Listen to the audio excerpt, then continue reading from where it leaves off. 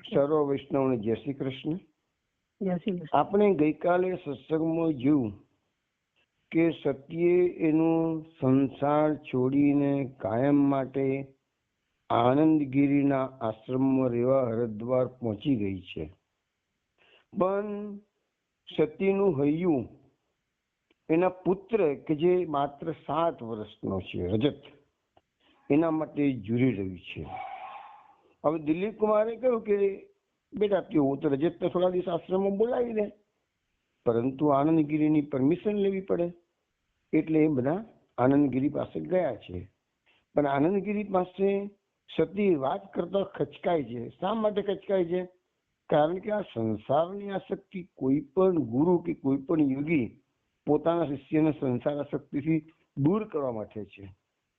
તો આમની પેલા થોડો બનાવ બની ગયેલો, ગઈકાલે વર્તન આવી ગયું કે જે પેલી હિરોઈન હતી પિક્ચરોની, એને આનંદગીરી સમજાવે છે કે તું આ બધી આસક્તિઓ છોડી દે.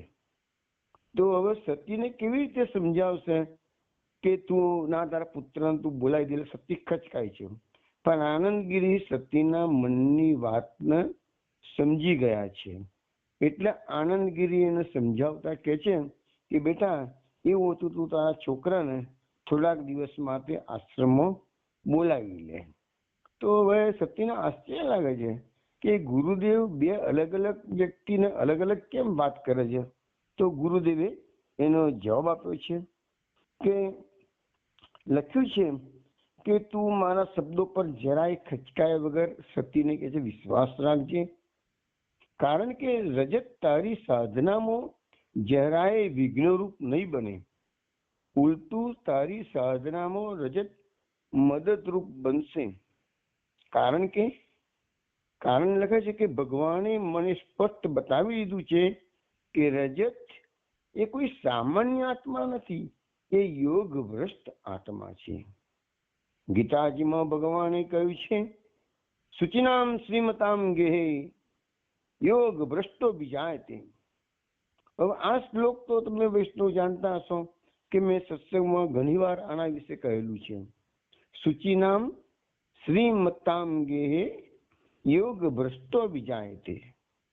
તો થોડીક વાત આપણે આ શ્લોક પર પણ કરી લઈએ કે આ શ્લોક ગીતાજીના 6થો અધ્યાય જે આત્મસંયમ યોગ છે, એમાં ભગવાન સ્વમુખે અર્જુનને આ થિયરી સમજાવે છે. તો એનો અર્થ એવો થાય છે આ શ્લોકનો કે શુચિનામ એટલે પવિત્ર અને શ્રીમતામ એટલે શ્રીમંત. તો પવિત્ર અને શ્રીમંત કુટુંબોમાં યોગ ભ્રષ્ટ આત્માઓ જન્મ લે છે. હવે આપણને આશ્ચર્ય લાગે કે ભગવાને આવા શબ્દોનો પ્રયોગ શા માટે કર્યો હશે? તો એની જે થિયરી એકદમ શોર્ટમાં તમને કહી દઉં કે તમે જો ડાયરેક્ટલી ગીતાનો 6થો અધ્યાય વાંચશો આત્મસંયમ યોગ, અને બીજો 9મો અધ્યાય છે રાજ વિદ્યા રાજ ગુહ્ય યોગ, આ બંને અધ્યાયમાં ભગવાને અર્જુનને સ્વર્ગમાં જવાની અને સ્વર્ગમાંથી પાછા પૃથ્વી લોકમાં પાછા આવવાની વાત કરેલી છે. તમે સીધી ગીતા વાંચશો ને તો આ શ્લોકોનું અર્થઘટન તમે વ્યવસ્થિત રીતે કરી શકશો નહીં. પરંતુ ગીતા પ્રેસ ગોરખપુર પાસેથી એક રામસુખદાસજીએ ગીતાનું પ્રકાશન કરાવેલું છે અને એમાં એમને આ બધી વાતો ખૂબ જ ઝીણવટથી ડિસ્કશન કરેલી છે અને સમજાવેલી છે. તો એ રામસુખદાસની ગીતા ગુજરાતીમાં પણ, હિન્દીમાં પણ છે, ગુજરાતીમાં પણ અવેલેબલ છે ગીતા પ્રેસ પાસેથી. આ રામસુખદાસજી એક મહાન સંત થઈ ગયા. હજી તો 2005માં જ એમની સમાધિ લીધી છે. એટલે આજકાલની જ વાત કહી શકાય. એવા સંત અત્યારે ભલે આપણી વચ્ચે નથી, પરંતુ એમનું સાહિત્ય આપણી વચ્ચે છે. આ સંતે આપણને એમ સમજાવ્યું છે કે 6થો અધ્યાય 9મો અધ્યાય બંનેમાં ભગવાને સ્વર્ગમાં જવાની વાત કરેલી છે. હવે આ સ્વર્ગમાં બંને જાય છે અને બંને પૃથ્વી પર પાછા આવવાના છે, તો બંનેનો મુખ્ય તફાવત ક્યાં છે? તો અત્યારે હું તમને પહેલા 9મા અધ્યાયની શોર્ટમાં વાત કરેલું કે 9મા અધ્યાયમાં ભગવાન શ્રી કૃષ્ણ અર્જુનને સમજાવતા કહે છે કે જે લોકો યજ્ઞ યાજ્ઞાદિ વેદોક્ત શાસ્ત્રો કર્મો કરે છે એ લોકો પુણ્ય કમાઈ લે છે ઘણું મોટું, અને પુણ્યનો ભોગ ભોગવવા માટે ભગવાન મર્યા પછી એ લોકોને સ્વર્ગમાં મોકલે છે. પણ સ્વર્ગમાં ગયા પછી એવા લોકોને એના પુણ્યનું બેલેન્સ હોય ત્યાં સુધી જ દિવ્ય ભોગો ભોગવવા મળે છે. અને જેવું એનું બેલેન્સ ખતમ થઈ ગયું કે ત્યાં જ એને પાછું ફેંકી દેવામાં આવે છે, એટલે એને પૃથ્વી પર પાછું મોકલવામાં આવે છે. પણ આ જે જીવાત્મા કે જેને ખૂબ પુણ્યની પ્રાપ્તિ યજ્ઞ યજ્ઞાદિ શાસ્ત્રોક્ત કર્મો કરીને કરી છે, તો સાથે સાથે એ જીવાત્માએ બીજા પણ અનેક પ્રકારના પાપ કર્મ કર્યા હોય એવું બની શકે. હવે એ જીવાત્માનું પુણ્ય ભોગ થઈ ગયો, પાછો પૃથ્વી ઉપર આવ્યો છે, હવે એને પાપનો ભોગ કરવાનો છે. એ પાપનો ભોગ કરવા માટે એને મનુષ્યોની મળે બી ખરી અને ના પણ મળે. એને કૂતરા બલાળની યોનિઓમાં, પશુ પક્ષીની યોનિઓમાં, આ સ્થાવર જંગમ ઝાડ વગેરે યોનિઓમાં પણ જવાનો વારો આવે. એવું નથી કે સ્વર્ગમાં ગયેલો હોય એટલે પુણ્યશાળી આત્મા થઈ ગયો એટલે એનો બીજો જન્મ ઉત્તમ જ ઘરમાં મળશે, એવી કોઈ ખાતરી 9મા અધ્યાયમાં આપવામાં આવી નથી. કારણ કે 9મા અધ્યાયમાં જે વાત છે એ માત્ર ને માત્ર યજ્ઞ યાગાદિ કર્મો શાસ્ત્રોક્ત કર્મો કરનારાની વાત છે. ચલો હવે આપણે પાછા 6થા અધ્યાય પર આવી જઈએ. 6થા અધ્યાયમાં એક આખી થિયરી છે. લોબી તો વાત નથી કરતો, ટૂંકામાં કરી દઉં છું કે અર્જુનનો પ્રશ્ન છે કૃષ્ણ ભગવાનને કે જે લોકો પ્રભુની પ્રાપ્તિ માટે ભક્તિ યોગ કરી રહ્યા છે, પરંતુ એવું તો કઈ નથી કે તમે ભક્તિ કરવા बढ़્યા કે 2-4 કલાક સેવા કરી લીધી, 2-4 કલાક પાઠ કરી લીધા, જપ કરી લીધા, તીર્થયાત્રાઓ કરી લીધી એટલે તમે ભગવાનની ભક્તિ થઈ ગઈ, ભગવાન તમને પસંદ થઈ ગયા અને તમને ભગવાન ગોલોકધામમાં કે વૈકુંઠમાં એન્ટ્રી આપી દેશે, એવું માનવાનું કોઈ કારણ નથી. કારણ કે મનુષ્ય ગમે તેટલો ભક્તિભાવથી ભગવાનની આરાધના કરતો હોય, સેવા પૂજા કરતો હોય, તો પરંતુ મનના ખૂને એકાદ ખૂને ખાંચે પણ એનામાં વાસનાઓ સળવળતી હોય છે. એનું મન લૌકિક તરફ થોડું ઘણું પણ વધારે નહીં પણ 5-10% પણ જતું હોય છે. 90% ભગવાન તરફ હોય તો 10% સંસાર આસક્તિ પણ ફસાયેલો રહેતો હોય છે. હવે એનો અંત સમય આવી ગયો છે, હજુ પ્રભુની પ્રાપ્તિ કરી શક્યો નથી એ જીવાત્મા. એટલે ભગવાન એવાની એના માટે મોટામાં મોટું એશ્યોરન્સ 6થા અધ્યાયમાં ભગવાને આપણને બધાને આપી દીધું છે, કહી દીધું છે, નહીં કલ્યાણ કશ્ચિત દુર્ગતિમ તાત ગચ્છતિ. હે અર્જુન, શુભ કર્મ કરનાર મનુષ્ય કદાપી દુર્ગતિને પ્રાપ્ત કરતો નથી. આ મોટામાં મોટું આશ્વાસન જે લોકો ભક્તિ માર્ગમાં જઈ રહ્યા છે છતાંય અનેક નબળાઈઓના કારણે પ્રભુની પ્રસન્નતા પ્રાપ્ત કરી શકતા નથી, પ્રભુ દર્શન તો દૂર રહ્યા પણ પ્રભુની કૃપા પણ પ્રાપ્ત કરી શકતા નથી, તેવા જીવાત્માઓને મર્યા પછી જરાય ચિંતા કરવાની જરૂર નથી. કારણ કે ભક્તિ માર્ગનો મોટા મોટો ફાયદો એ છે કે ભગવાન સતત આપણી પડખે ઉભા રહે છે. હવે એવો જે જીવાત્મા કે જેને આખી જિંદગી સેવા કરી છે, ભક્તિ કરી છે, અનેકવિધ ભક્તિના કાર્યો કરેલા છે, પરંતુ પ્રભુ પ્રાપ્તિ થતી નથી, તો એવો જીવાત્મા પણ મર્યા પછી સ્વર્ગમાં જાય છે. પણ અહીંયા 9મા અધ્યાયના હું ફરક બતાવી રહ્યો છું કે અહીંયા એ જીવાત્મા ને એનું બેલેન્સની વાત નથી આવતી. એને અમુક નહીં, લોબા શાશ્વતી સમા શબ્દ વાપરેલું છે એમાં ગીતામાં. શાશ્વતી સમા એટલે કે લોબા સમય સુધી ભગવાન એને સ્વર્ગની અંદર દિવ્ય સુખો ભોગવવાની તક આપે છે. પણ એ દિવ્ય સુખો ભોગવાઈ ગયા પછી એનું બેલેન્સની વાત તો આવતી જ નથી. જો બરાબર ધ્યાન રાખજો વૈષ્ણવ, 6થો અધ્યાય 9મા અધ્યાય તફાવત સમજાવી રહ્યો છું. 6થા અધ્યાયમાં બેલેન્સની વાત નથી, ખાલી એના મનની જે વાસનાઓ છે એ વાસનાઓના કારણે એનું મૃત્યુ પણ નજીકમાં આવી ગયેલું હોય, પ્રભુની પ્રાપ્તિ થયેલી નથી, એટલે એની સાધના અધૂરી રહેલી છે. એટલે ભગવાન એને વચગાળાની અંદર, ફક્ત વચગાળામાં થોડાક સમય, આમ લાંબો સમય, પણ પૃથ્વીની દ્રષ્ટિએ જોવા જઈએ ને તો આપણા માટે થોડોક સમય કહેવાય, પણ ત્યાંનો સમય તો ઘણો મોટો કહેવાય. તો આના પ્રમાણે તો ત્યાં લાંબા સમય માટે એને ત્યાં આપી દે છે સુખો, અને એ સુખો ભોગવીને ભગવાન લાગે કે ના હવે એનામાં મનમાંથી આ બધી વાસનાઓ થોડી ઓછી થઈ જશે, એટલે ભગવાન કે સારું બેટા પાછો તને હું પૃથ્વી પર જન્મ આપું છું. તો એવા જે જીવાત્માઓ છે એના માટે ગીતાએ યોગ ભ્રષ્ટ શબ્દનો પ્રયોગ કરેલો છે. એટલે યોગ ભ્રષ્ટ શબ્દનો તમે નેગેટિવલી ના વિચારશો. યોગ ભ્રષ્ટ જીવો એટલે ઉત્તમ જીવો, ભલે પ્રભુ પ્રાપ્તિ કરી શક્યા નથી, પરંતુ એ લોકો પ્રભુ પ્રાપ્તિની નજીક પહોંચી ગયેલા કહેવાય. માટે યોગ ભ્રષ્ટ શબ્દ બહુ સારા સેન્સમાં વાપરવામાં આવેલો છે ગીતામાં. હવે ભગવાન કહે છે કે દિવ્ય સુખો સ્વર્ગના ભોગવ્યા પછી એ જીવોને પૃથ્વી પર હું મોકલું છું. તો કેવા ઘરમાં મોકલું છું? તો એને માટે લખ્યું છે સુચિનામ શ્રીમતામ ગે યોગ ભ્રષ્ટ વિજાયતે શ્રીમંત, અને પવિત્ર કુટુંબમાં એ લોકો જન્મ લે છે, અને અથવા તો બુદ્ધિમાન યોગીઓના કુળમાં એ લોકો જન્મ લે છે. ભગવાન કહે છે ગીતામાં કે આવો જન્મ આ લોકમાં ઘણો દુર્લભ છે. અને ભગવાન આગળ સમજાવે છે અર્જુનને કે આ જન્મ પ્રાપ્ત કર્યા પછી એ જીવાત્માને પૂર્વ જન્મનો જે ભક્તિ યોગ છે, બુદ્ધિયોગના જે સંસ્કાર છે એ ફરીથી પ્રાપ્ત થાય છે, અને ફરીથી એ પાછો બમના વેગથી પ્રભુની પ્રાપ્તિ માટે પ્રયત્ન આ જન્મમાં પણ કરે છે.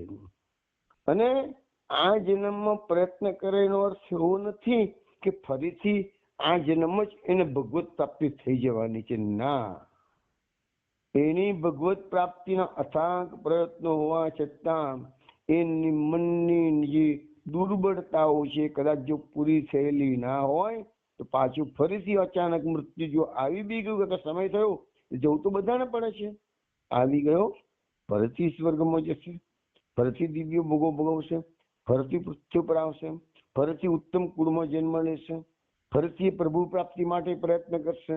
તો આ પ્રકારે એનું સ્વર્ગમાં જવું, પૃથ્વી પર આવવું, સ્વર્ગમાં જવું, ઉત્તમ કુળમાં જન્મ લેવો, સ્વર્ગમાં જવું, ઉત્તમ કુળમાં જન્મ લેવો, અને આ રીતની પ્રક્રિયા ચાલ્યા જ કરે છે, ચાલ્યા જ કરે છે, જ્યાં સુધી એનું મન સંપૂર્ણપણે નિર્મળ ચોખ્ખું થયું નથી, વાસના રહિત થયું નથી, ત્યાં સુધી આ પ્રક્રિયા ચાલે છે. અને એટલા માટે ભગવાને ગીતામાં શબ્દ વાપર્યો છે અનેક જન્મ સંસિદ્ધો તતો યાતિ પરામ ગતિ, અને આવી અનેક જન્મો પ્રાપ્ત કરી સંપૂર્ણપણે શુદ્ધિ પ્રાપ્ત કરે છે, સિદ્ધિ પ્રાપ્ત કરે છે, અને પછી એ પરમ ગતિને પ્રાપ્ત કરે છે. તો આ થિયરી મેં તમને એકદમ શોર્ટમાં 9મા અધ્યાયની અને 6થા અધ્યાયનો જે તફાવત છે એ આપણે ગીતાનો સમજાવ્યો છે. જે વૈષ્ણવોને ડિટેલ્સમાં આની જાણકારી પ્રાપ્ત કરવી હોય તો એ લોકોએ રામસુખદાસની ગીતા પ્રેસ ગોરખપુરની ભાગવતની ટીકા વાંચી લેવી. એમાં ઘણું જ હું બોલ્યો એના કરતા ઘણું ડિટેલ્સમાં રામસુખદાસે સમજાવેલું છે. એટલે આ રજતની વાત અત્યારે આપણે કરતા હતા.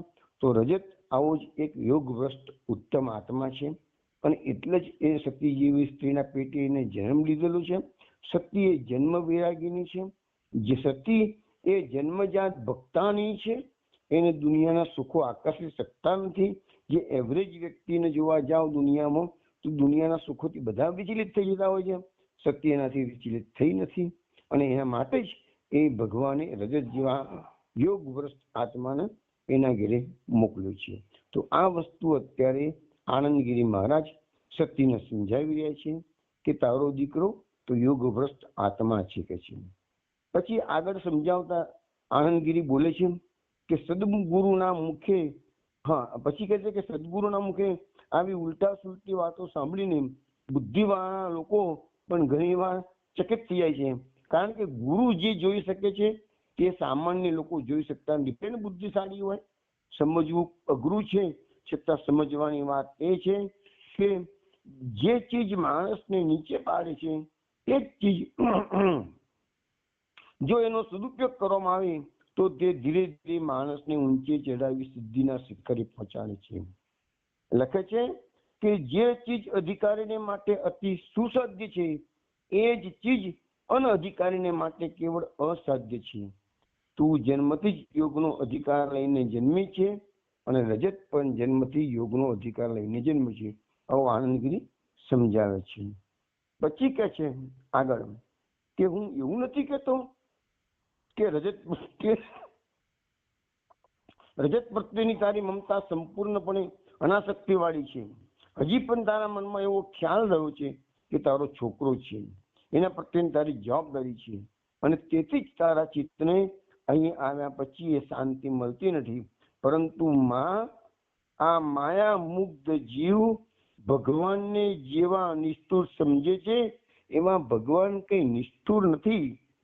તું જરાય ગભરાયા વગર તારા છોકરાને આશ્રમમાં તેડાવ અને તારી ઈચ્છા હોય ત્યાં સુધી તેને રાખ.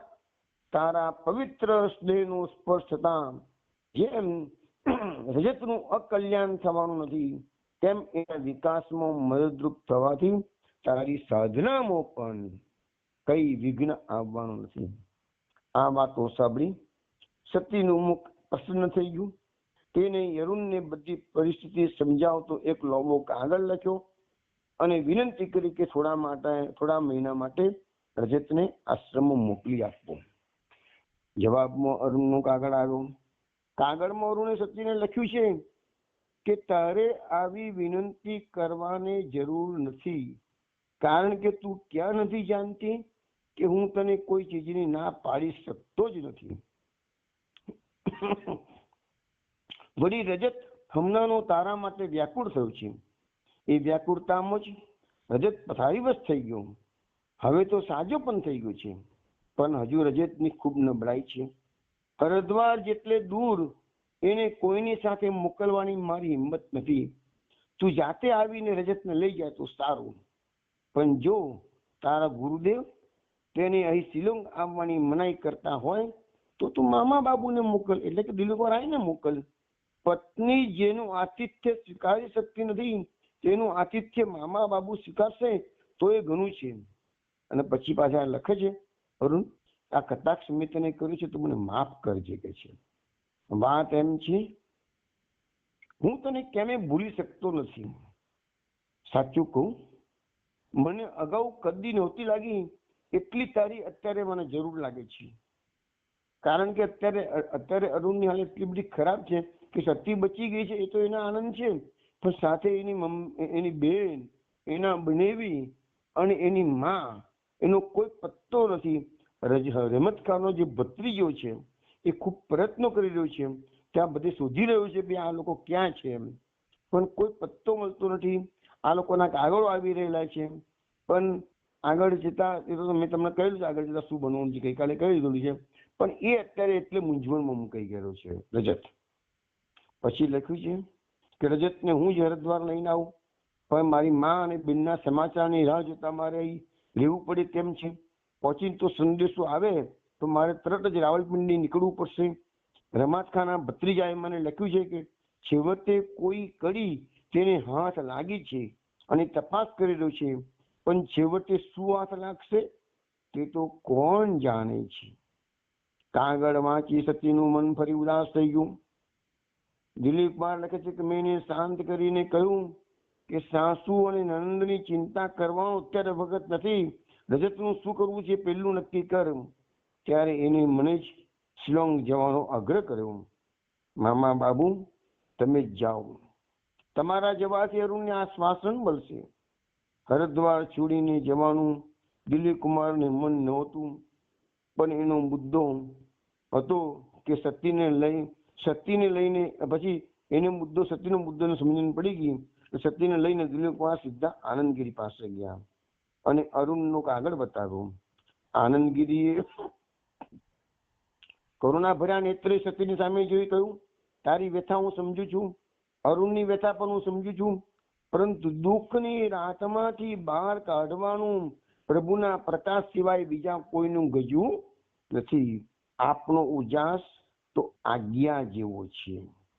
સતીને મનમાં સાસુ અને નણંદની ચિંતા થયા કરતી હતી. તેને સીધું જ પૂછી લીધું કે ગુરુદેવ, મારા સાસુ નણંદનું શું થયું હશે? આનંદગીરી તો બધું જાણતા હતા. આનંદગીરીએ માથું ધુણાવીને કહ્યું, બેન, દુઃખની વાત છે. સતી બોલી ઉઠી, ગુરુદેવ, અરુણ તો આઘાત સહન કરી શકશે જ નહીં. એને એની બેન અને મા પ્રત્યે ખૂબ જ લાગણી છે. ગુરુદેવ, તમે કૃપા કરીને અરુણને મદદ કરો. ગુરુદેવે સાનમાં સમજાવી દીધું છે કે ત્યાંથી કોઈ પાછું આવવાનું નથી. હવે એમ દુઃખદ સમાચાર છે, કહી દીધું. અત્યારે હિન્ટ આપી દીધી સતીને. અત્યાર સુધી સતીને ખબર નથી કે એ લોકોનું શું થયું છે. આજે હિન્ટ મળી ગઈ છે એને. ફરીથી ધીરેથી માથું હલાવ્યું અને ગુરુદેવે કહ્યું, અત્યારે મદદ થઈ શકે તેવું નથી. હજી ઘણો રસ્તો કાપવાનો છે. પછી કહ્યું, આપણાથી થાય તે કરી છૂટીએ, બાકીનું પ્રભુ પર છોડી દઈએ. અસિત એટલે કે દિલીપને કહે, દિલીપ, પ્રોજેક્ટને લેવા માટે જા, પણ એક વાત લક્ષ્યમાં રાખજે. અરુણ મારા માટે એટલે કે ગુરુદેવ માટે ગમે તેવા શબ્દોનો પ્રયોગ કરે તો પણ દિલીપ, તું ગુસ્સે થતો નહીં, ખોટું લગાડીશ નહીં. આ હું ફરી ફરીને એટલા માટે કહું છું કે અરુણ આપણને બધાને દરેક વખતે સમજવામાં ભૂલ કરે છે, અને એનું કારણ પણ કે હું સમજુ છું. પછી દિલીપ કુમાર રાય રજતને લેવા માટે શિલોંગ પહોંચી ગયા. અરુણે એના બંગલાનો સારામાં સારો જે રૂમ હતો એ દિલીપ કુમાર રાય માટે ફાળવ્યો. અને દિલીપ કુમાર પહોંચ્યા કે તરત જ અરુણે કહ્યું કે મામા બાબુ, 15 દિવસ તો તમારે અહીંયા રહેવું જ પડશે મારા ત્યાં. દિલીપ કુમારે હસીને મજાકમાં કહ્યું, મને અરુણ નારદજી જેવો સાપ છે. હું ક્યાંય ઘર કરીને સ્થિર રહી શકતો નથી. અરે, જ્યાં રહેવાનું મળ્યું ત્યાં રહી જાઉં છું. હું તો જ્યારે ત્યારે ગાયા કરું છું કે જાર નાઈ ઘર તાર નાઈ પર. એટલે કે જેને પોતાનું ઘર નથી એને મન બધા ઘર પોતાના છે અને બધા માણસો પોતાના છે. એટલે હું આપણે ત્યાં ખુશી જ રહીશ અને આપણું આતિથ્ય આનંદથી માણીશ. અરુણ હસ્યો, પણ એ હાસ્યમાં આનંદને બદલે નિરાનંદનો ભાવ હતો. તે બોલ્યો, મામા બાબુ, તમારી પાસેથી શીખીને સતી પણ એક ગીત વારંવાર ગાયા કરતી હતી, પણ મેં ઘણી વાર એની સામે સંસ્કૃતનું વચન સંભળાવ્યું કે વસુદેવ કુટુંબકમ. એટલે હું સાચું કહું છું મામા બાબુ, આ વચન બોલતી વખતે મને તમે જ યાદ આવતા. તમે તો સૌના મિત્ર છો. ખરેખર તમારે કોઈ પારખું નથી. બોલતા બોલતા અરુણના મોં પર હાસ્યને બદલે ગુસ્સાની દેખાવ તોડી આવી. તે બોલ્યો, એક વાત મને સમજાતી નથી. કોઈ સ્ત્રી કદી પોતાના દિલથી આવું ગાઈ શકે? અરે, ઘરબાર વગરની થઈને એ કદી ઘરનો અનુભવ કરી શકે? એના સ્વરમાં કટુતા ઉમેરાઈ. એને કહ્યું, ના મામા બાબુ, સતી જેવી અભિમાની ગૃહિણી ભિખારીની પેટે ભટકતા ગુરુની સાથે રહી જ કેમ શકે? મેં દિલીપ કુમાર લખે છે કે મેં એને શાંત કરવા એનો ખભો થાબડતા કહ્યું, દોસ્ત, આશ્રમો અને ગુરુઓ પ્રત્યે આવો કોપ શા માટે? ગુરુ કઈ ભટકતો ભિખારી નથી અને આશ્રમ કઈ રખડુનો મુકામ નથી. બોલતો આશ્રમ તો થાકેલાઓનો, હારેલાઓનો વિશ્રામ છે. અરુણનો ક્રોધ ઉતરી ગયો. તેને માફી માંગતા કહ્યું, મામા બાબુ, મને માફ કરો. તમને દુઃખી કરવાનો મારો હેતુ નહોતો, પણ હું સાચું કહું છું, સતીને ઘરમાં આનંદની સાથે શાંતિ મળી રહે એ માટે કઈ મેં ઓછો પ્રયત્ન નથી કર્યો. બોલતા બોલતા અરુણથી નિશાસો નખાઈ ગયો. એને માટે મને ખૂબ લાગી આવ્યું. મેં કહ્યું, દિલીપ કુમાર કહે છે કે ખાલી બડાપો કરીને શું ફાયદો છે? અરુણ, હું તને ખાતરીથી કહું છું કે સતી કદી કોઈ વાતમાં તારો દોષ કાઢતી નથી. શું એ કોઈ વાર મને યાદ કરે છે ખરી મામા બાબુ? એવો અરુણે પ્રશ્ન કર્યો. તો દિલીપ કુમારે કહ્યું, યાદ કરે જ છે. ખૂબ ભાવથી યાદ કરે છે. પણ એ બધું કેવું? હવે સતી અરુણને યાદ કરે છે, પણ કેવી રીતે યાદ કરે છે? એ દિલીપ કુમાર રાય અરુણને એક ઉદાહરણ આપીને સમજાવવા દીજો. સાંભળજો, બહુ સરસ ઉદાહરણ છે. દિલીપ કુમાર કહે છે, મિત્ર અરુણ, મારો એક અંગ્રેજી દોસ્ત હતો. એને સુંદર સ્ત્રી મળી હતી. એની પાસે મજાનું ઘર હતું. રૂપાળા છોકરા પણ હતા. પણ મારા દોસ્તનો સ્વભાવ એવો હતો કે એને દરિયાઈ મુસાફરી સિવાય ચેન પડે નહીં. એને વહન પર જ રહેવું પડે. એ કહે કે જમીન તો કેવી નીરસ હોય છે, એના પર તો મને કંટ્રોલ આવે છે. મારે તો ઊંચો નીચો થતો, ઉછળતો, દબાતો તરંગી મહાસાગર જોઈએ. પણ એની સ્ત્રીને ઘર બહુ વાળું, એટલે તો વારંવાર ઘરની વાત કરે. એને દરિયાઈ મુસાફરી ગમે જ નહીં. ભાઈ સાહેબ તો દરિયાની વાત કર્યા કરે. તો હવે અરુણને પ્રશ્ન પૂછે, બોલો હવે તમે જ કહો, આમાં મારે કોનો વાડ કાઢવાનો, પુરુષનો કે સ્ત્રીનો? પુરુષને દરિયાઈ મુસાફરી જ બહુ ગમે છે, દરિયામાં જ રહેવું છે કાયમ માટે, આવજા આવજા કરવી છે. એની સ્ત્રીને ઘર છોડીને જવું નથી. બંને એકબીજાનો સાચો ભાળ કરે છે, પ્રેમ કરે છે, છતાં મન મેળ છે નહીં. હવે વાંક કોનો કાઢવો એ કેસચણાઈને બોલ્યો. ફરી અરુણના મોં પર શોકની છાયા ફરી વળી. તે બોલ્યો, તમે શું કહેવા માંગો છો હું સમજુ છું. સતીની સાથે મેં ઘણી વાર આ સવાલની ચર્ચા કરી છે, પણ એ સમજતા 2 વર્ષ લાગ્યા કે સતી જુદી માટીની ઘડાયેલી છોકરી છે. સંતો અને સાધ્વીઓ જે માટીમાંથી ઘડાયેલા છે તે જ માટીમાંથી આ સતીને ભગવાને ઘડી છે. આવા મનુષ્યો દેખાય ભલે સામાન્ય, બીજાના જેવા જ, પરંતુ આ મનુષ્યો સામાન્ય નહીં, અસામાન્ય હોય છે. આવું બધું ડિસ્કશન થયું. એ દાડી વાત ત્યાં અટકી. પછી કહે છે કે રજત તો એકચ્યુઅલી એ જ્યારે દિલીપ કુમાર રાય પહોંચ્યા ત્યારે રજત તો દવાખાનામાં દાખલ થયેલો હતો. તબિયત એની બગડી ગયેલી હતી. એટલે રજતને જે નર્સિંગ હોમમાં દાખલ કર્યો હતો ત્યાં આગળ એને લઈ ગયા. એ બોલ્યા, અરુણ બોલ્યા કે મામા બાબુ, રજતની હાલત બહુ ગંભીર બની ગઈ હતી. પછી ખૂબ ચિંતાતુર ભાવે તેને કહ્યું, તે અતિશય લાગણીશીલ છોકરો છે. વળી એના શરીરનો બધો પણ એવો નાજુક છે.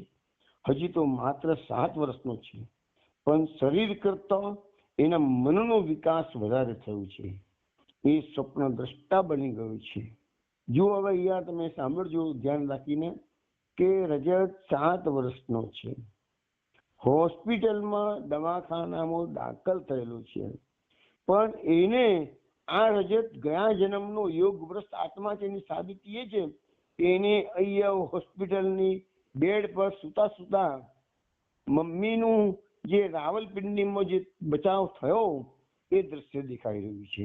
એનું વર્ણન આવે છે. જુઓ, રજતના શરીર કરતો મનનો વિકાસ વધારે થયો છે. એ સ્વપ્ન દ્રષ્ટા બની ગયો છે. એને કઈક કઈક દેખાય છે. એક વાર તો આવી બધી વાતો ભ્રમ છે કઈ હસતો હતો. ત્યાં એને મને કહ્યું, આ ભ્રમ નથી, ભ્રમણા નથી. આ રજત બોલે છે, મનના વિચારોનું ભૂત નથી, એ કલ્પના નથી. એને મોઢે આવું સાંભળી અરુણ કે હું નવાઈ પામી ગયો. આવું જવાબ દેવાનું આ છોકરો ક્યાંથી શીખી આવ્યો હશે? આવડો આમ તો બાળક ભ્રમણા, કલ્પના એ બધી વાતો કેમ કરી સમજતો હશે? એક દિવસ તો રજતે કહ્યું એના પપ્પાને કે પપ્પા, મમ્મી તો એક મોટરમાં બેઠેલી દેખાય છે અને એક મોટી ટોપી વાળો એક મુસલમાન ઘણી રફ જ ગાડી ચલાવી રહ્યો છે કે છે. અને 2 ગુંડાઓને તો પેલા મુસલમાન ડ્રાઈવરે પાડી નાખ્યા અને ગાડી પર પછાડીને એની ઉપર થઈ અને ગાડી દોડી ગઈ છે. એટલે રજતથી હોસ્પિટલમાં બેઠા બેઠા એના પપ્પાના વાત કરી. પછી એના પપ્પાને થયું કે આ તો તાવ વધી ગયો છે, લવાડી ચડ્યો છે, એને રાવલપિંડીમાં શું થયું છે એ એને કેવી રીતે ખબર પડે કે છે? પણ સાચી વાત હતી. થોડા દિવસ પછી સતીનો કાગળ આવ્યો. તાને મેં જોયું તો એ વાત બધી સાચી પડી. વિચાર કરો કે જે વખતે સતીને ત્યાં ગાડી પેલો રહેમત ખા બચાવી રહ્યો આડીધડ ગાડી ચલાવે છે, એ દ્રષ્ટિએ રજતને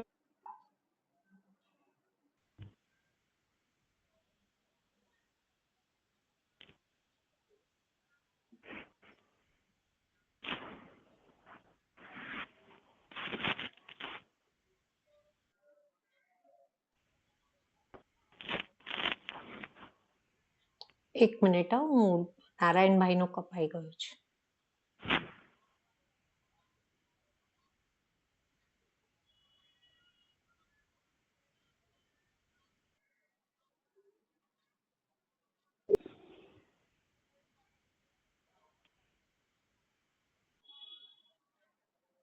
હા, નારાયણભાઈ કપાઈ ગયો તો ચાલુ કરી હા, શકો. જોઈન થઈ ગયા?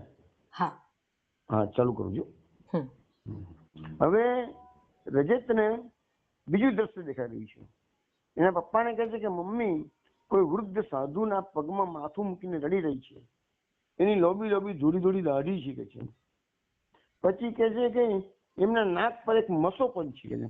હવે વિચાર કરો, રજત તો કોઈ દાડો આનંદગીરીને જોયા નથી, અને અહીંયા સુરંગમાં બેઠા બેઠા રજત આનંદગીરીનું વર્ણન કરી રહ્યો છે. તો આ વાત અરુણે દિલીપ કુમારને કીધી, તો દિલીપ કુમારે કહ્યું સાચી વાત છે કે આનંદગીરીની પાસે સફેદ રંગની મોટી મોટી દાઢી છે કે છે, અને એના નાક પર મોટો મસો છે કે છે, અને એ રજતને અહીંયા દેખાઈ રહ્યો છે કે છે. તો અરુણે કહ્યું એ ખરેખર એને સતીને જોઈ હતી, એ વગર આટલો બધો અસ્વસ્થ બને નહીં. એ એવો રડે કે માંદો પડી ગયો. મેં ડાક્ટરને બોલાવ્યા. ડાક્ટરે કહ્યું ગંભીર છે, એટલે મેં એને હોસ્પિટલમાં દાખલ કર્યો. હવે એને સારું છે, પણ મામા બાબુ મજાની વાત તો એ છે કે તમે એને હરિદ્વાર લઈ જવા માટે આવો છો. એવું જ્યારે મેં રજતને કહ્યું ત્યારે એવો આનંદમાં આવી ગયો કે કૂદીને મને બાજી પડ્યો અને કહે કે પપ્પા, હવે હું નથી મરવાનો, ઘણા ઘણા વર્ષ જીવવાનો છું, એટલે મામા બાબુ હું તમારો ખૂબ આભારી છું. આમ કહી અરુણે મામા બાબુનો હાથ પકડ્યો. પછી બંને જણા રજતને જોવા નર્સિંગ હોમમાં ગયા. મને જોતા જ એ વળગી પડ્યો. એના પિક્કા ગાલ પર નવી સુરખી દોડી આવી. તે બોલ્યો, હવે મને કાંઈ થવાનું નથી દાદા બાબુ, પણ તમે મારી મમ્મીને સાથે કેમ ના લાગ્યા? મારા પપ્પા બિચારા કેવા દુઃખી થઈ ગયા છે. અરુણે આંસુ છુપાવવા મોં ફેરવી લીધું. રજતે બોલવા માંડ્યું, પણ મમ્મી પાછી આવશે કે નહીં? હું એને તેડવા જઈશ એટલે આવશે ખરું ને? પછી એને અરુણની સામે જોઈને હસીને કહ્યું, પપ્પા, થોડા વખતમાં આપણે બધા ભેગા થશું, મને ખાતરી છે. કેમ ખાતરી છે? કહે, મેં એ દ્રશ્ય નજરો નજર જોયું છે. હવે વિચાર કરો, અત્યાર સુધી જે બે દ્રશ્યો રજતને જોવા મળ્યા શિલોંગમાં બેઠા બેઠા, એ પ્રેઝન્ટ ટેન્સના મીન્સ કે ચાલુ બનાવના જેવું. હવે ભવિષ્યમાં જે બનવાનું છે એની અજાણી રજતને અહીંયા શિલોંગમાં બેઠા બેઠા મળી ગઈ છે. એટલે એ એના પપ્પાને કહે છે કે પપ્પા, આપણે બધા ફેરથી ભેગા થવાના છીએ કે છે. એવું બધું મેં નજરો નજર જોયેલું છે. પણ અરુણ કાંઈ બોલ્યો નહીં. એટલે રજતને મારા ખોળામાં લઈ મેં એને વાલથી પૂછ્યું કે તે શું જોયું છે, તો મને કે. એને આંખો બંધ કરી. પછી બોલ્યો. રજતના સ્વરમાં કઈક રોષ જેવું હતું. હવે રજત બોલી રહ્યો છે, મોટી આસમાની રંગની નદી હતી, એક ફક્કડ 2 માળનું મકાન છે. અરુણની સામે જોઈને બોલે છે કે પપ્પા, તમે ખાટલામાં સૂતેલા છો, મમ્મી તમને વાલથી પંખો નાખી રહી છે. તમને માથું દુખતું ત્યારે મમ્મી તમને પંખો નાખતી હતી ને, એવી જ રીતે. અરુણે પૂછ્યું, મારી વાત છોડ, બીજું તે શું જોઈએ કે? અને પછી પેલા યોગી મહારાજ, બરફ જેવી લોબી દાઢી વાળા અને નાક પર મસાવાળા, એ રૂમમાં આવી ગયા. એ મહારાજ બહુ મજાના લાગતા હતા. આખો વખત હસ્યા કરે. હો, કેવું સરસ હસે છે યોગીજી. મેં એમને પહેલા કદી નજરે જોયા નથી, છતાં જાણે કેટલાય કાળથી હું આ મહારાજને ઓળખતો હોઉં એવી મને લાગણી થઈ રહી છે. એક વાત કહેવાની તો રહી ગઈ. એ યોગીજીએ માને ચોખ્ખું કહી દીધું કે મને બરાબર યાદ છે કે કટોકટી પાર થઈ ગઈ છે. એમ કરીને એ મહારાજે મધુર હાસ્ય કર્યું. હવે આ જે વાત રજત અત્યારે જોઈ રહ્યો છે અને બધાને કહી રહ્યો છે, એ ઘટના ભવિષ્યમાં બનવાની, હજુ બની નથી. જો યોગભ્રષ્ટ છોકરો, 7 વર્ષની ઉંમરનો છોકરો, પણ કેવી સિદ્ધિઓ લઈને જન્મ્યો છે એ આપણે સમજવાનું છે. એ શિલોંગમાં બેઠા બેઠા એને હરિદ્વારના દ્રશ્યો દેખાય, રાવલપિંડીના દ્રશ્યો દેખાય. આ એને ત્રીજું દ્રશ્ય દેખાવા મળ્યું છે. પણ આ ત્રીજું દ્રશ્ય કેવું છે? જે ભવિષ્યમાં બનવાની ઘટના છે એ અત્યારે એ જોઈ રહ્યું છે. એટલે રજત કહે છે, પપ્પા આપણે 3 જણા પાછા ભેગા થવાના છીએ. એ દ્રશ્ય મને દેખાય છે, પણ હજુ એને એ ખ્યાલ આપતો નથી કે 3 જણા જે ભેગા થવાના છો એ તમે હરિદ્વારમાં, નહીં કે શિલોંગમાં. પછી ਅਸੀਂ તે વાત આગળ ચલાવી. તેને કહ્યું, પછી અમે રજતને ઘેર લઈ આવ્યા. જાને ઘરમાં ઉછળતા આનંદનો ઓઘ આવ્યો. ઘરમાં પગ મૂકતા જ એમને બધાને ઉલ્લાસમાં આની લીધા. હવે દિલીપકુમાર રાય લખે છે, હું જોઈ શક્યો કે એની ઉંમરે શક્તિમાં જેટલી ગ્રહણ શક્તિ હતી એના કરતા રજતમાં વધારે ગ્રહણ શક્તિ છે. ઘણી બાબતમાં એ શક્તિને મળતો આવતો હતો. હું રજતને દેશ વિદેશની અનેક વાતો કરતો. તેમાં એકવાર મેં બર્ટ્રાન્ડ રસેલની વાત કરી. મેં એને કહ્યું, એ નાનો હતો ત્યારે એની ભૂમિતિના પ્રાથમિક સિદ્ધાંતો પણ માનવાની ના પાડી દીધી. એ કહે કે સિદ્ધ કરી દેખાડો તો માનું. આ સાંભળી રજત આનંદમાં આવી તાળી પાડી ઉઠ્યો અને કોઈ વાર તો એવા સરસ જવાબો આપતો કે એની કલ્પના ને હાજર જવાબથી કોઈ ભલભલાને નવાઈ લાગે. એનું એક ઉદાહરણ આપું. થોડા દિવસમાં હરિદ્વાર જવા નીકળવાની અમે ઘરમાં વાતો કરતા હતા. અરુણે કહ્યું કે મામા બાબુ, રજત બહુ શરીરથી નબળો છે, એટલે એક નર્સને પણ તમે સાથે લઈ જજો. એથી રજત હજી નબળો છે. એ સાંભળી અને રજતે માથું ધુણાઈને કીધું, અરે પપ્પાજી, ત્યાં આવા મોટા યોગી મહારાજ હોય પછી નર્સનું શું કામ છે? અરુણે કહ્યું, બેટા, યોગીમાં વળી તું શું સમજે કે નાના મોટાની વાત કરે છે? રજત જરાય દબાયો નહીં. એને કહ્યું, હું ન સમજુ, પણ મમ્મી તો સમજે છે ને. એ વગર મમ્મી આપણને છોડીને યોગીજી પાસે જાય ખરી કે છે? ત્યાં કંઈક વધારે હોવું જોઈએ તો જ મમ્મી યોગીજી પાસે ગઈ ને. અરુણે કહ્યું, છોડ એ વાત. સવાલ એ છે કે યોગાશ્રમમાં નસ લઈને જવામાં તને વાંધો શું છે? તો તરત જ રજતના મોંમાંથી જવાબ સર્યો, વાંધો એ છે કે યોગીઓ આત્માને સાજો કરે છે, અને આત્મા સાજો થાય પછી શરીર માદું રહે ખરું કે? અરુણે કહ્યું, બેટા, તું તો જાણે સર્વજ્ઞ બની ગયો હોય એમ વાતો કરે છે. ખબર છે, શ્રી રામકૃષ્ણ પરમહંસ તો મોટા યોગી હતા, છતાંય છેલ્લી અવસ્થામાં માદા પડ્યા હતા અને કેન્સરથી છેવટે મરી ગયા હતા. રજતે ગર્વથી માથું હલાવી કહ્યું, ના ના પપ્પા, મમ્મી કહેતી હતી એમની માંદગી એક માત્ર લીલા હતી, લીલા. એ કઈ મરી ગયા નથી. જો આત્મા અમર હોય તો કોઈ મરે ખરું કે? આ પ્રસંગ કહ્યા પછી અસિત સમજી ગયો, યોગ ભ્રષ્ટ જીવાત્મામાં પૂર્વ જન્મના સંસ્કારો જાગૃત થાય છે. રજતના જેવો એક નહીં પણ 10-12 દાખલા દિલીપકુમાર રાય કહે છે મેં જોયા છે. એવો જીવાત્મા પાછલા જન્મનું અધૂરું રહેલું કાર્ય પૂરું કરવા માટે જન્મ લેતો હોય છે, અને તેથી એ પોતાને અનુકૂળ વાતાવરણમાં જ જન્મ લે છે. હવે આગળ શું બને છે? એકવાર અરુણે દિલીપકુમારને કહ્યું કે અહીંયા હું એક મેળાવડો કરું છું અને બધા મારા દોસ્તોને આમંત્રણ આપું છું, અને તમે તો ભજનના બહુ શોખીન છો. તમારું નામ તો આખા ભારતભરમાં ભજનિક તરીકે ગાજતું છે. તો તમે એની મને એક પરમિશન આપો તો હું બધાને અહીંયા મારા મિત્રોને ભેગા કરું કે છે. હવે શું વસ્તુ છે કે આનંદગીરીએ એક વખત દિલીપકુમાર રાયને કહ્યું કે ભાઈ આધ્યાત્મિક ભજનો ગાનારાએ સામાજિક પ્રતિષ્ઠા કે મોભો શોધનારાઓ કે મજા માણનારાઓની આગળ કદી પણ ગાવું નહીં. એટલે એ બાબતમાં દિલીપકુમાર રાયે અરુણને કહ્યું કે ગાવાની અનિચ્છા વ્યક્ત કરી. અરુણની સમજમાં ભૂલ થઈ અને એને એવું લાગ્યું કે દાદાએ મારી વાતનો સ્વીકાર કરી દીધો છે.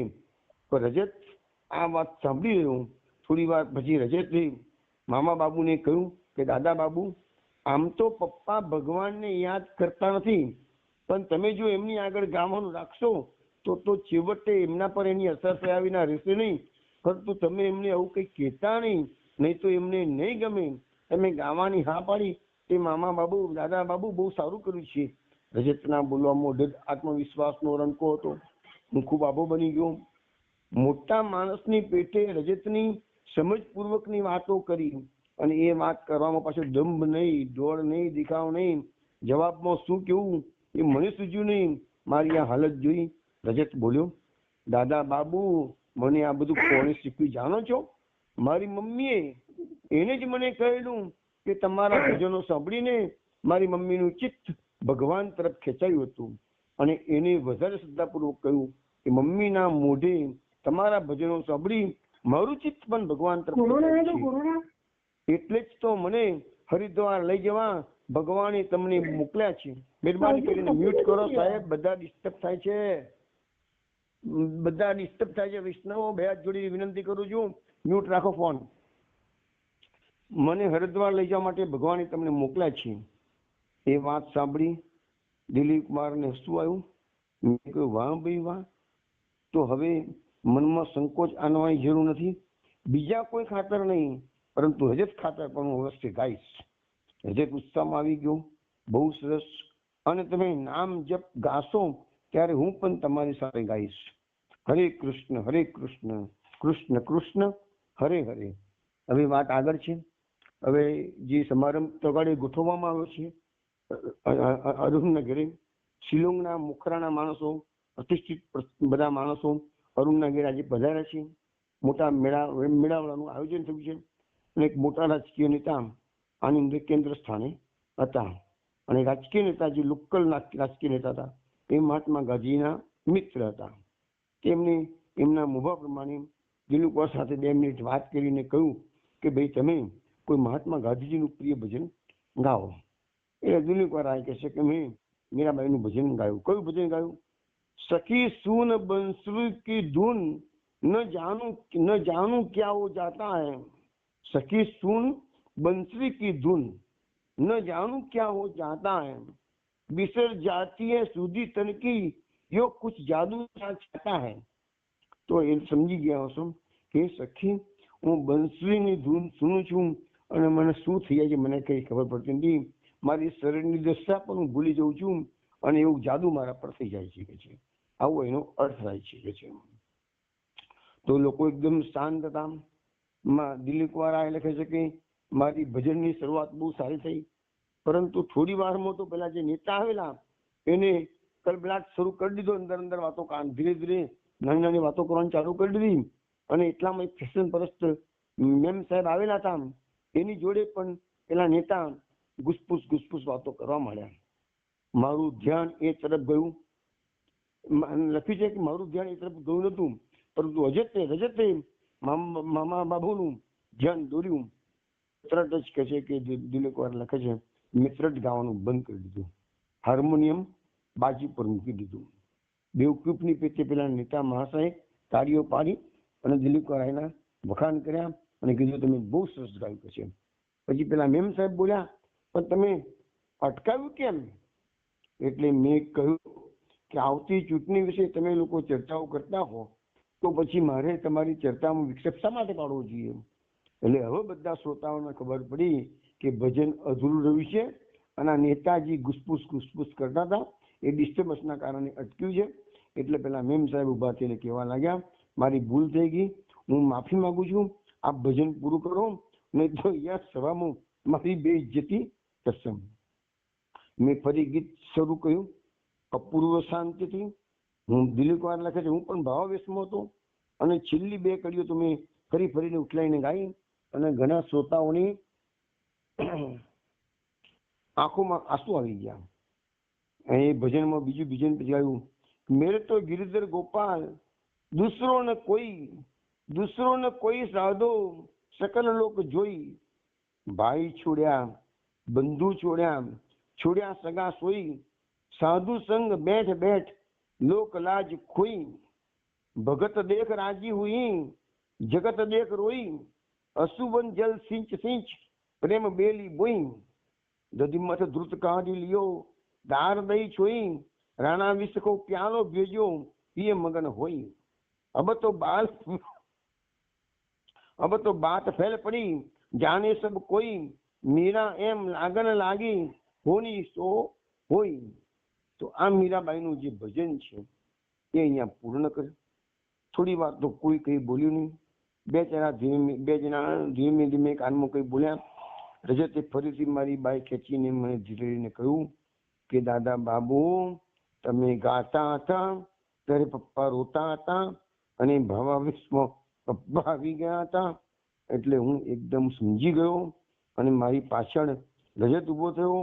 મેં જોયું તો અરુણ એના શયનખંડમાં જઈ અને ધુસકી રડી રહ્યો છે.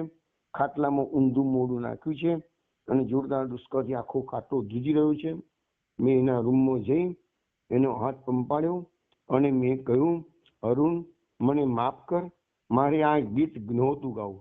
કારણ કે મીરાબાઈના શબ્દો શું હતા કે ભાઈ છોડ્યા, બંધુ છોડ્યા સગા સોઈ, સાધુ સંગ બેઠ લોક લાજ કોઈ. આ વસ્તુ તો સતીને એકદમ એપ્લિકેબલ હતી અને આવું જ ભજન મીરાબાઈનું દિલીપ રાયે ગાયું, સતીને એપ્લિકેબલ હતું.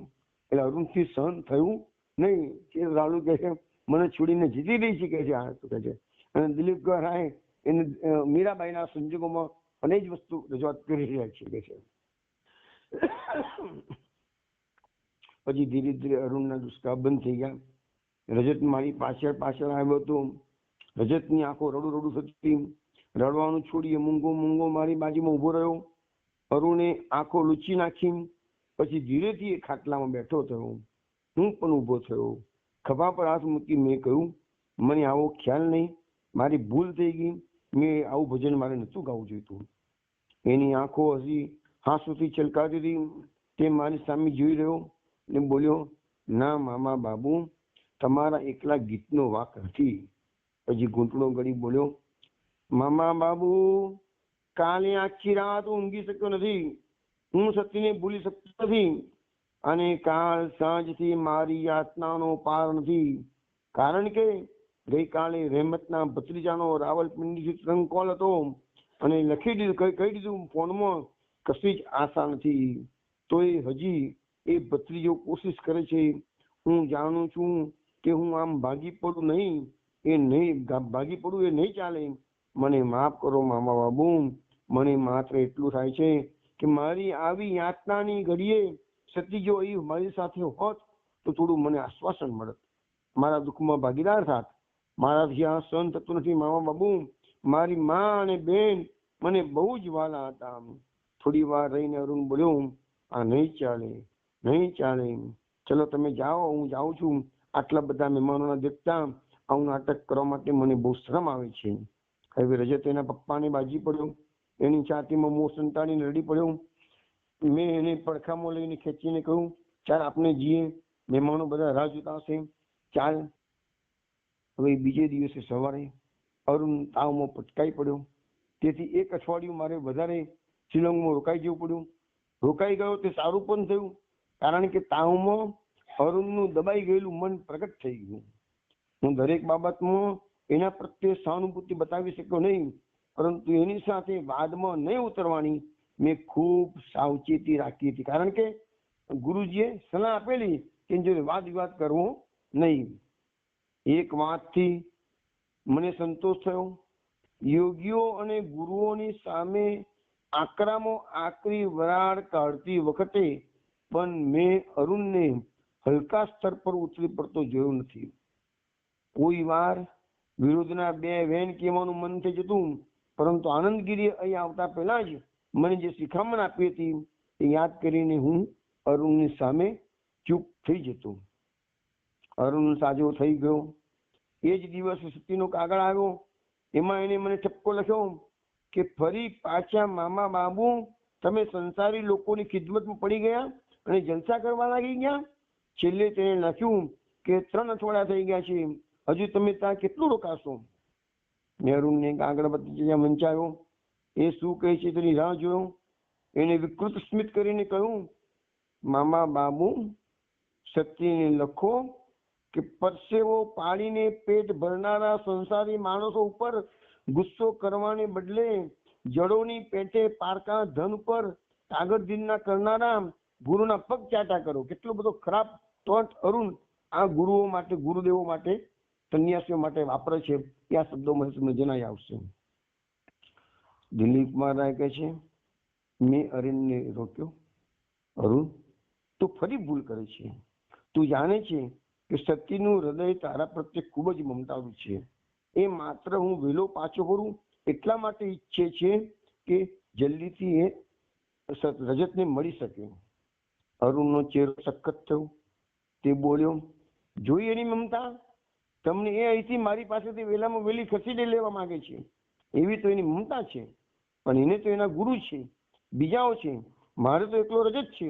દરેક વખતે બધું એને જોઈએ, મારે કશું નહીં. હું કઈ બોલ્યો નહીં. રજત તે વખત ક્યાં જતો તે બોલી પડ્યો, પણ પપ્પા, મમ્મીની પાસે ક્યાં કશું છે? બધું છે. મમ્મીની પાસે પપ્પા નથી, મમ્મી પાસે તમે નથી, સગા સંબંધી નથી, મિત્રો દોસ્તારો નથી, નોકર ચાકર નથી, કેટલું બધું નથી. અરે હું પણ નથી, કહો જોઈએ. અને તમે તેની સાથે વધારે રહેવા દેવાના પણ નથી. રહેવા દેશો મને કહો? અરુણ ગુસ્સે થઈ ગયો. એ બોલ્યું, છું કેવી રીતે રહેવા દઉં તને? મારે તને માણસ બનાવવાનો છે, માણસ. કે આળસુ લોકોની સાથે બાગ બગીચાઓમાં આડોતવા પડી રહેવાથી કઈ માણસ થવાશે નહીં, સમજો? રજત ખરેખર બહુ નોંધી પામ્યો. તેને કહ્યું, પપ્પા, તમે આ શું બોલો છો? યોગીઓની પાસે ક્યાં બાગ બગીચા હોય છે? એ લોકો તો એકાંતમાં, ગુફાઓમાં, જંગલોમાં રહેતા હોય છે. એમને કઈ આળસુ થોડા કહેવાય? મમ્મી એ કહેતી હતી, એ લોકો તો રાત્રે પણ પૂરું ઊંઘતા નથી. આ દાદા બાબુજીઓ ને એ કઈ આળસુ છે? અને તેઓ કેવા જન્મજાત યોગી છે? મને આ સાંભળી હસવું આવી ગયું. મેં એના પર હાથ ફેરવતા ફેરવતા કહ્યું, બહુ ના બોલ રજત, હું કેવો છું તે તું શું જાણે? તરત જ રજતે કહ્યું કે મમ્મીએ મને કહ્યું હતું, મારી મમ્મી કદી જૂઠું બોલતી નથી. તમે જ કહો, મારી મમ્મી જૂઠું બોલે છે? હું બરાબર સપડી ગયો. મારે કેવું પડ્યું કે તારી મમ્મી તારા જેવડી હતી ત્યારનો હું એને ઓળખું છું. એ કદી જૂઠું બોલે જ નહીં. એ મારે કબૂલ કરવું પડશે. તો પછી એને કહ્યું, તો પછી પપ્પાએ પણ એ કબૂલ કરવું પડશે. અરુણે શિખાસ્તે કહ્યું, શું કહ્યું? દીકરો બોલ્યો, એ જ કે મમ્મી કદી જૂઠું બોલતી નથી. અને મમ્મી કહે છે કે યોગ્યો નિસ્વાર્થી હોય છે, માયાળુ હોય છે, મહાત્માઓ હોય છે. અરુણને હવે આવ્યો ગુસ્સો. અને અરુણે એ વખતે જ કહે છે કે રજતને એક તમાચો મારી દીધો અને બોલ્યો કે તડતડ સમૂહ બોલતા શરમાતો નથી, બહુ ચડી આવ્યો છે. યાદ રાખ, હું તને બરાબર પાઠ ભણાવીશ. હવે તું હરિદ્વાર જઈ રહ્યો કે છે. હવે અરુણનો આવ્યો ગુસ્સો. અને છોકરો બોલતો હતો, છોકરાની દલીલો બધી સાચી હતી, પણ છોકરાને એકદમ તમાચો મારીને કહે છે, હવે હું તને હરિદ્વાર નહીં મોકલું કે છે. એકદમ રજતનું મોં પડી ગયું. એનું આખું શરીર ધ્રુજવા લાગ્યું. કંપતા શરીરે એને કહ્યું, નહીં જવા દો હરિદ્વાર. પપ્પા, તમે તો મને વચન આપેલું. અરુણે ગર્જના કર્યું, ચૂપ, તને બહુ છૂટ આપી છે, મારી મૂર્ખાઈ હતી. હવે એક અક્ષર બોલવાનું નથી. હું હમણાં જ તારી મમ્મીને તાર કરી દઉં છું કે તારા કમરામાં જતો રહે. ખબરદાર જો કપડો છોડીને બહાર નીકળે છે તો. આમ કે અરુણે એને બહારનું દેખાડી દીધું. ત્યારે રજત મારી તરફ ફર્યો. એનું મોં અપમાનથી લાલ લાલ થઈ ગયું હતું. મેં એને મારા બાહુમાં ખેંચી લીધો. મને વળગી પડી અને આંખમાં આંસુ સાથે કહ્યું, દાદા બાબુ, પપ્પાને વચન ભંગ કરવા દેશો નહીં. મને પપ્પા પર બહુ પ્રેમ છે, મને પપ્પા બહુ જ ગમે છે, પણ જો એ વચન ભંગ કરવા મળશે તો મારું હૃદય તૂટી જશે. તમે એમને સમજાવો દાદા બાબુ. હું નાનો છું, નિર્બળ છું, એટલે મારી સાથે પપ્પા ગમે તેમ વર્તી શકે છે, પણ તમને તો એ કશું નહીં કહે. દાદા બાબુ, તમે સમજાવો. મમ્મીને કહો કે મારા લીધે બધા દુઃખી થયા છે, એટલે મારે હવે જીવવું નથી. હું નર્સિંગ હોમમાં મરવા જ ગયો હતો, તમે મને કેમ મરવા દીધો નહીં? દાદા બાબુ, દાદા બાબુ. એ જોરથી દુષ્કા ભરી રોવા લાગ્યો. નિરાધાર દિવ્યતે મને ચોંટી ગયો. એનું આખું શરીર રજતનું ધ્રુજતું હતું. અરુણ હવે ભયભીત થઈ ગયો. તેને એકદમ કૂદીને રજતને બાથમાં લઈ લીધો. એનું દિલ પસ્તાવાથી ભરાઈ ગયું. એને કહ્યું, બેટા, તું રડીશ નહીં. મેં ગુસ્સે કર્યો, મારી ભૂલ થઈ. હું મારા શબ્દો પાછા ખેંચું છું. હું તને જરૂર તારી મમ્મી પાસે જવા દઈશ. તારે લેવું એટલું એની પાસે રહેશે, પણ તું રડ નહીં દીકરા.